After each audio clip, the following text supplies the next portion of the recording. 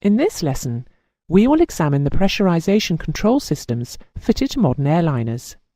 We will look at the necessary safety devices fitted and the indicating systems available to the crew.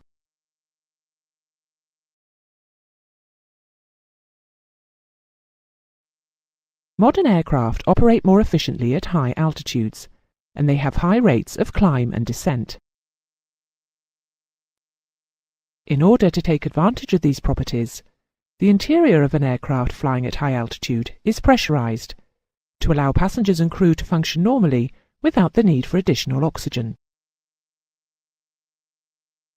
Up to an altitude of 10,000 feet, the air pressure, and consequently the amount of oxygen, is sufficient for humans to operate without too many problems.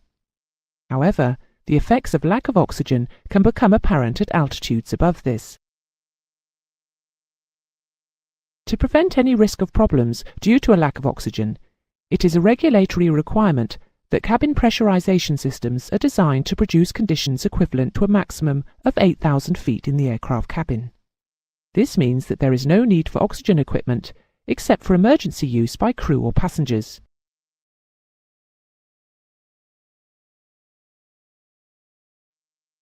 The difference in pressure between the pressurized hull and the atmosphere produces stresses, which are applied cyclically every time the aircraft is pressurized and depressurized, causing fatigue, which can ultimately lead to structural failure.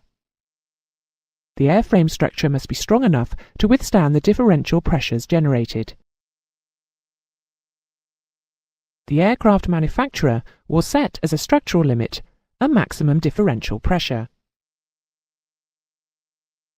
That is, the difference between the pressure inside the pressurized compartment and the pressure of outside air, which the pressurized hull can safely withstand. The normal operating maximum will be slightly lower than this. On modern transport aircraft, the normal operating maximum differential pressure is typically between 8 and 9 pounds per square inch, or psi, or between 552 and 621 hectopascals.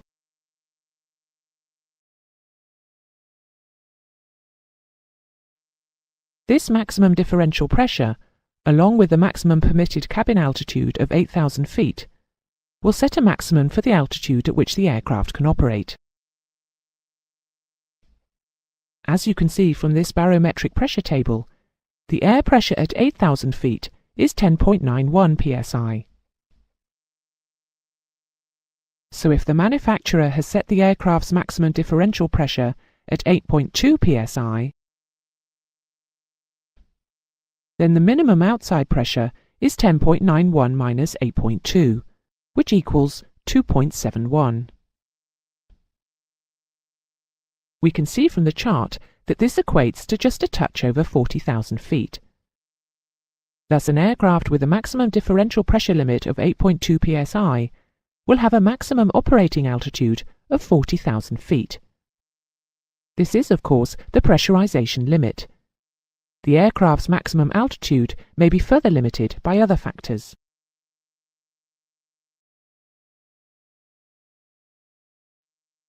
If the maximum permitted differential pressure is reduced by an aircraft defect, for instance, a cracked cockpit window, the maximum aircraft altitude will also be reduced by the need to maintain the maximum cabin altitude at 8,000 feet.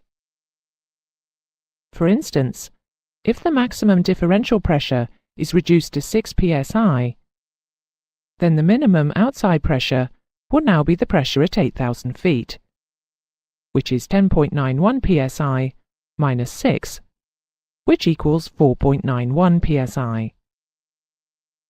From the table, the altitude equal to 4.91 psi is approximately 27,000 feet. This is the maximum altitude limit with a differential pressure of 6 psi.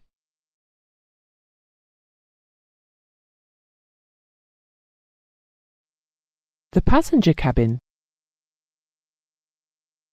flight deck, and cargo compartments are normally pressurized. The landing gear bays, radome, and the tail and nose cones are unpressurized.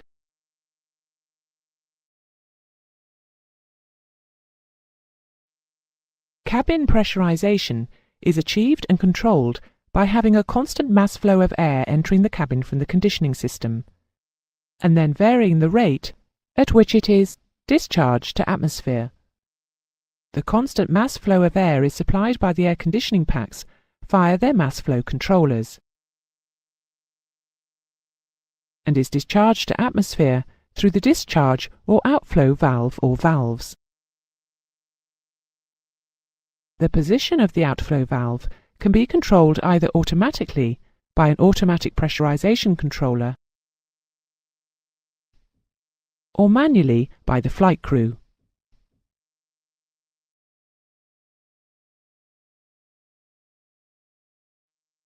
Closing the outflow valve reduces the outflow and increases the cabin pressure, causing the cabin altitude to descend.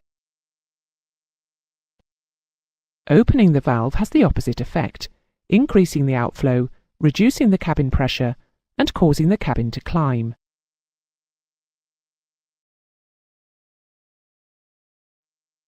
There are a number of safety devices which must be fitted to any cabin pressurization system.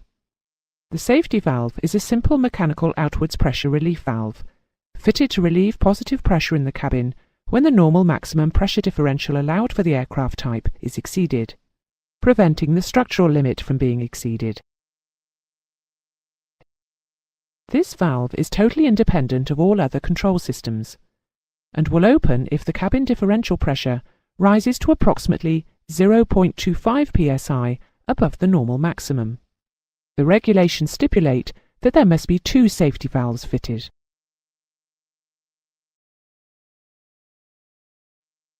The fuselage is designed to withstand the positive differential pressure produced by the pressurization system.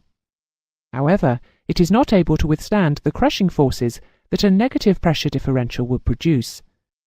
To prevent this problem, simple mechanical inwards relief valves are fitted. They will open if the pressure outside the aircraft exceeds that inside by 0.5 to 1.0 psi. There must also be 2 of these valves. The inwards and outward safety valves may be combined together in one unit, or may be completely separate components. They are positioned above the aircraft flotation line, so that in the event of a landing on water, they will not allow the water to flow into the aircraft.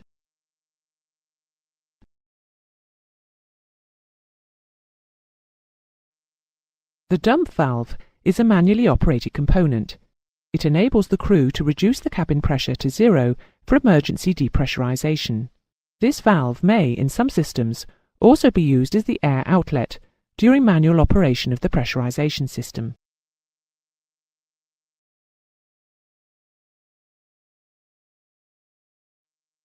Blowout panels are fitted in the floor between passenger and cargo compartments, in order to prevent excessive differences in pressure occurring between these areas in the event of, for example, a cargo door opening in flight.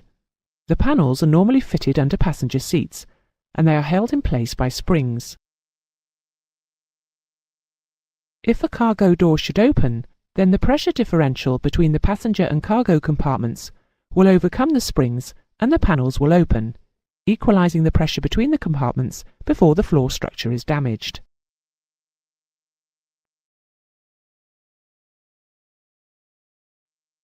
Some systems are fitted with a ditching control, which will close all the discharge valves in the event of a forced landing on water. This will reduce the flow of water into the cabin.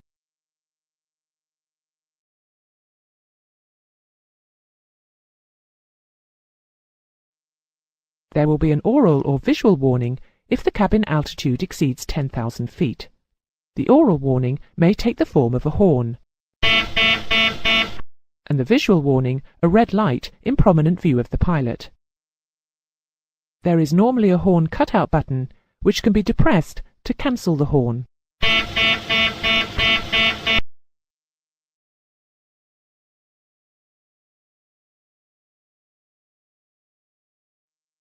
That is the end of the lesson.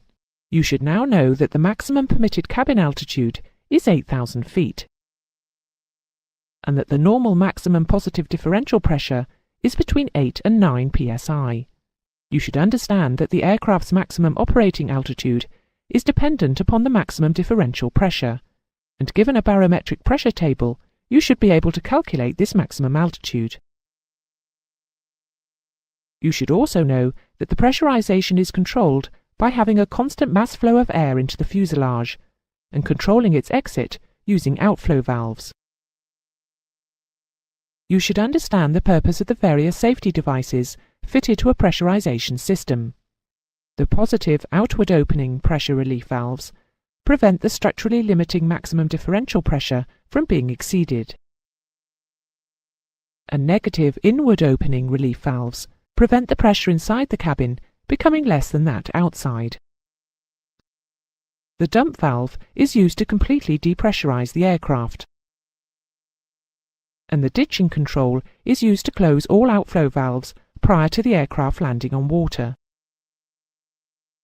Blowout panels are fitted in the floor between passenger and cargo compartments in order to prevent excessive differences in pressure occurring between these areas.